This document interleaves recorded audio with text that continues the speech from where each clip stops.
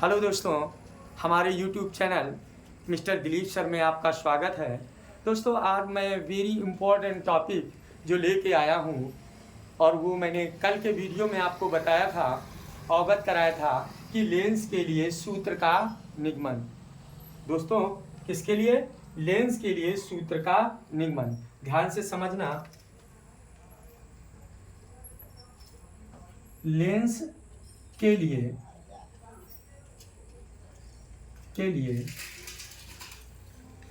सूत्र का निगमन।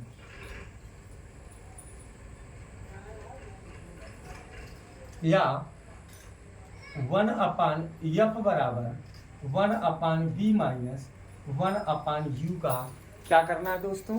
निगमन करना है, जो वेरी ही इम्पॉर्टेंट है। और हाई स्कूल इंटर की क्लास में 101% इससे क्वेश्चन पूछा जाता है, न्यूमेरिकल आते हैं। तो ये टॉपिक में ध्यान से समझिए। ये एक पतला उत्तल लेंस है,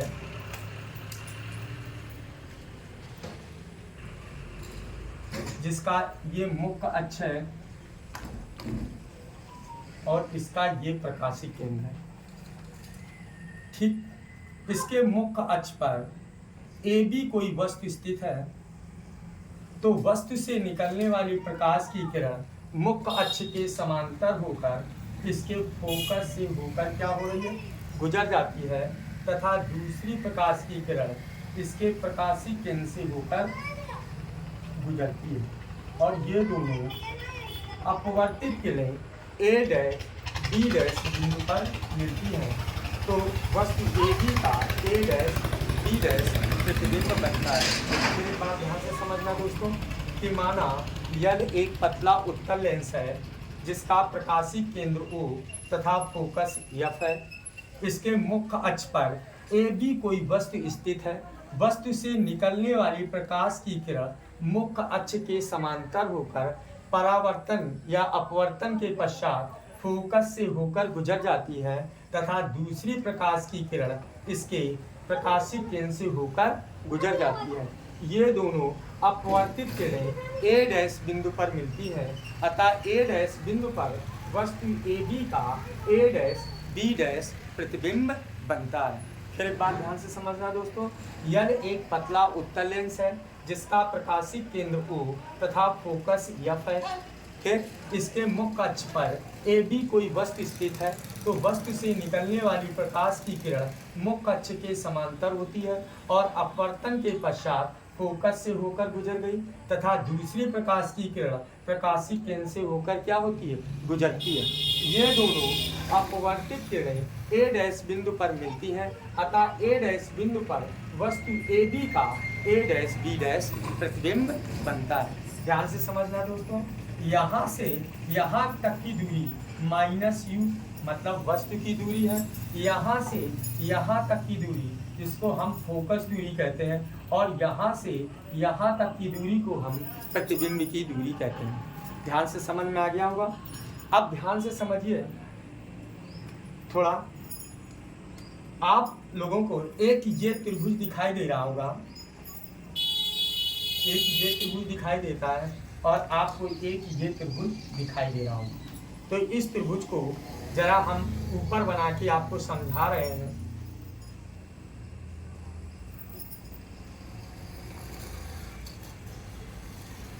ये और ये आपका बिंदु है। तो ये आपका बिंदु A है, ये आपका बिंदु B है। यहाँ पर हम कोई बिंदु ले लें, ठीक है? तो यहाँ पर हमने बिंदु ले लिया A। क्या ले लिया हमने? K ले लिया। तो ये आपका आ गया त्रिभुज कौन सा? A B, और यहाँ बिंदु है O। ये बिंदु है A डैश, ये बिंदु है आपका B डैश। तो दोस्तों ध्यान से समझना, हमने आपको इसके पहले वाले टॉपिक में बताया था कि यदि किसी त्रिभुज के तीनों कोण बराबर होते हैं तो ऐसे त्रिभुज को हम समरूप त्रिभुज कहते हैं। जैसे इधर ध्यान देना, ये कोण इस कोण के बराबर है, जिसे हम शीर्षाभिमुख कोण कहते हैं। शीर्षाभिमुख कोण क्या होता है कि जब दो तिर्यक रेखाएं एक दूसरे को प्रतिच्छेदित करती हैं जब दो तिर्यक रेखाएं एक दूसरे को क्या करती हैं, प्रतिच्छेदित करती हैं, तो शीर्षाभिमुख कोण समान होते हैं। इस चीज को पढ़ने के लिए आपको मेरी वीडियो ज्यामिति पढ़ना पड़ेगा, ठीक है। अब आ जाइए, ये लंब है 90 अंश का कोण बना रहे हैं, तो ये कोण और ये कोण बराबर है, तो स्वाभाविक बात है ये कोण इस कोण के क्या होगा, बराबर हो जाएगा। तो दोस्तों जब किसी त्रिभुज के तीनों कोण आपस में क्या हो, बराबर होते हैं, ऐसे त्रिभुज को हम समरूप त्रिभुज कहते हैं। तो ये समरूप त्रिभुज हो गया। और समरूप त्रिभुज की विशेषता क्या होती है कि यदि किसी त्रिभुज की एक भुजा के समांतर रेखा खींची जाए, ये समरूप त्रिभुज की प्रमेय है, जो आगे वाले वीडियो में आपको पढ़ने के लिए मिलेगी, कि यदि किसी त्रिभुज की एक भुजा के समांतर रेखा खींची जाए, तो शेष दो भुजाओं को जिन दो बिंदुओं पर काटता है उनमें एक समान अनुपात होता है। मतलब ये भुजा बटे ये भुजा बटे ये भुजा बराबर ये भुजा बटे ये भुजा बराबर ये भुजा बटे ये भुजा। इसी प्रकार इस त्रिभुज में समझने के लिए ये भुजा बटे ये भुजा और ये भुजा बटे ये भुजा। तो क्लियर, आपको डाउट पूरे क्लियर हो गए होंगे। तो हम कौन सा त्रिभुज ले लिया, ए बी ओ, और त्रिभुज ए डैश बी डैश ओ में, ठीक है, ध्यान से समझ में आ गया। तो यहाँ हम त्रिभुज ले रहे हैं, त्रिभुज कौन सा, ए बी ओ, त्रिभुज ए बी ओ और त्रिभुज ए डैश बी डैश ओ में। इतनी बात समझ में आ गई। तो क्या होगा, ए बी बटे ए डैश बी डैश, यहाँ आपका आ गया ए बी बटे ये आ गया ए डैश बी डैश बराबर ये आ गया तुम्हारा बी ओ बटे क्या आ जाएगा, बी डैश ओ। ये आ गया समीकरण नंबर फर्स्ट। इतनी बात सभी को समझ में आ गई होगी, ठीक है। आगे आ जाइए, अब हम इसको साफ किए दे रहे हैं।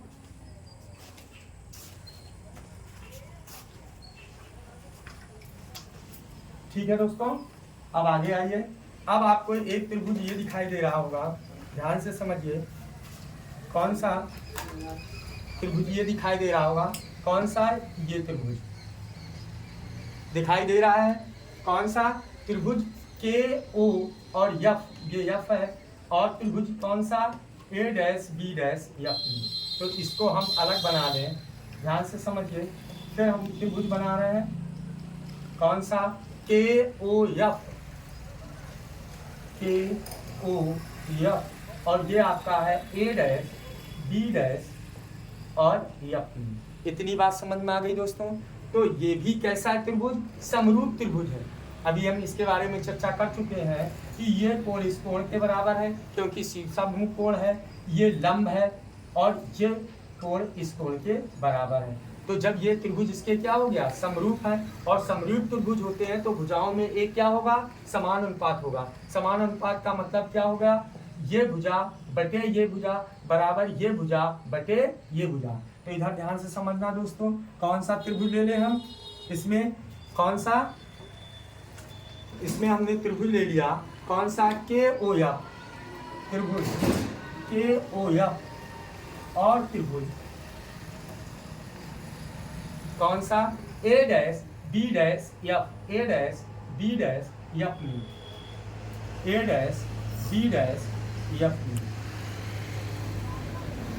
क्या हो जाएगा, यहाँ आ गया ओके बटे क्या आ गया, ओके, ये ओके बटे क्या आ जाएगा, ए डैश बी डैश। तो यहाँ आ जाएगा ए डैश बी डैश बराबर, ध्यान से समझिए, यह आ जाएगा ओ एफ बटे क्या आ जाएगा, बी डैश एफ। यहाँ आ गया ओ एफ बटे बी डैश एफ। इतनी बात सबके समझ में आ गई। अब ध्यान से समझना, ये और ये क्या है, समांतर रेखाएं। कौन सी समांतर रेखाएं, ए के और ओ बी ओ। कौन सी, ए के और कौन, बी ओ।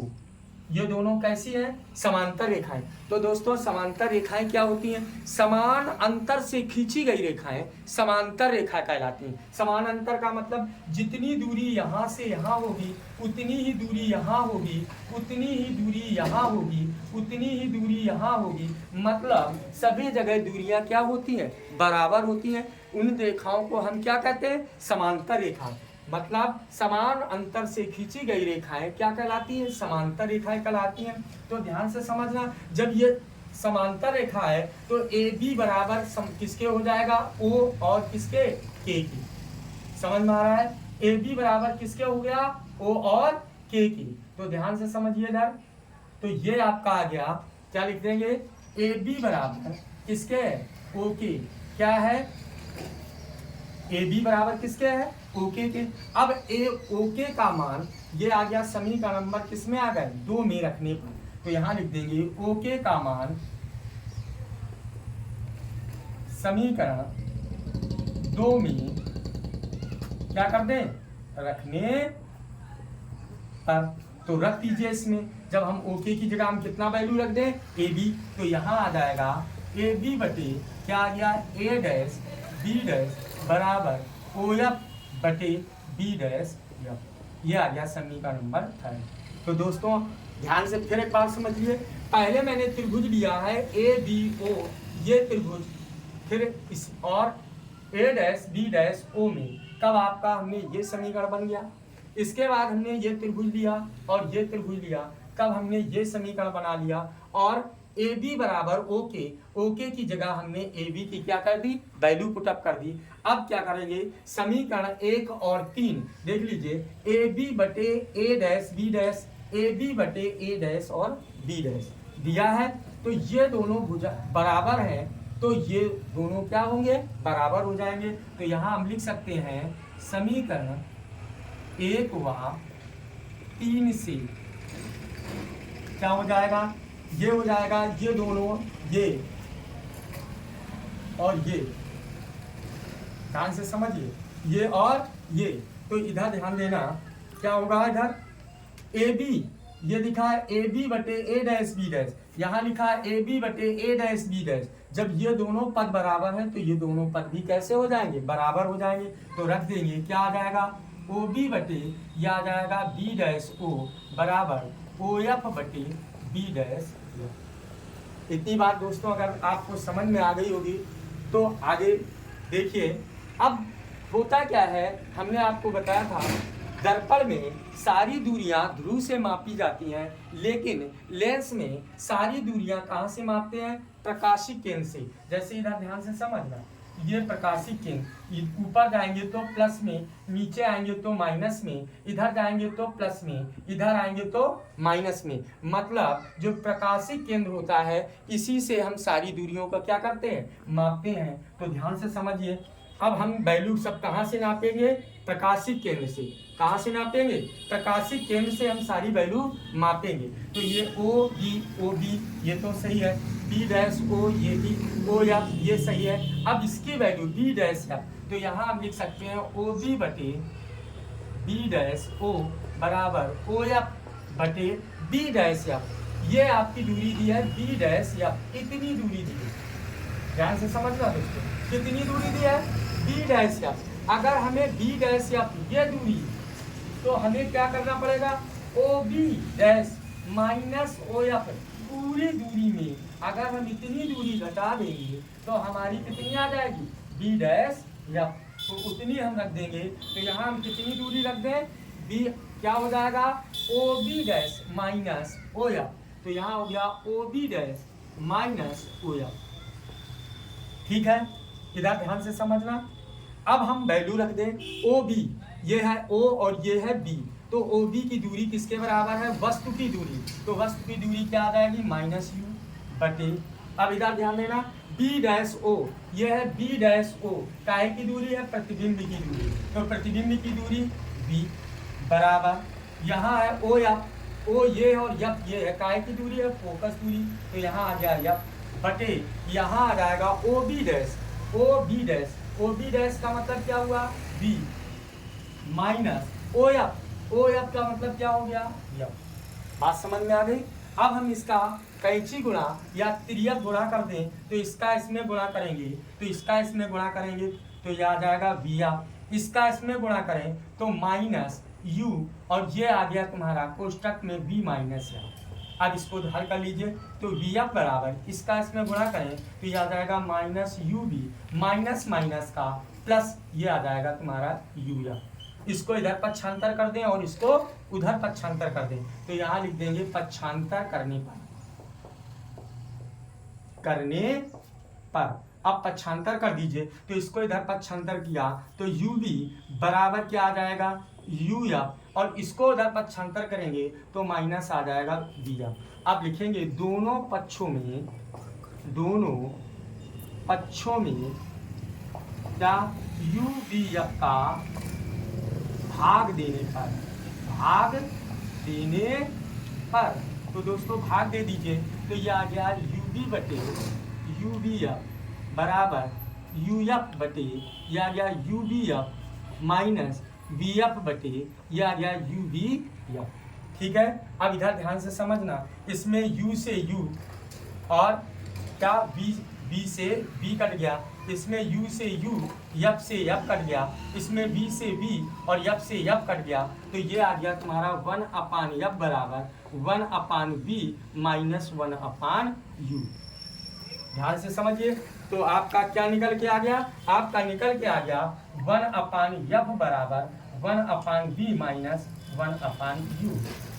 तो दोस्तों आपको अगर हमारी क्लास अच्छी लगी हो तो हमारे चैनल को लाइक करिए, सब्सक्राइब करिए, जिससे नोटिफिकेशन दबा दीजिए, जिससे आने वाली क्लासें आपको मिल सकें। जय हिंद।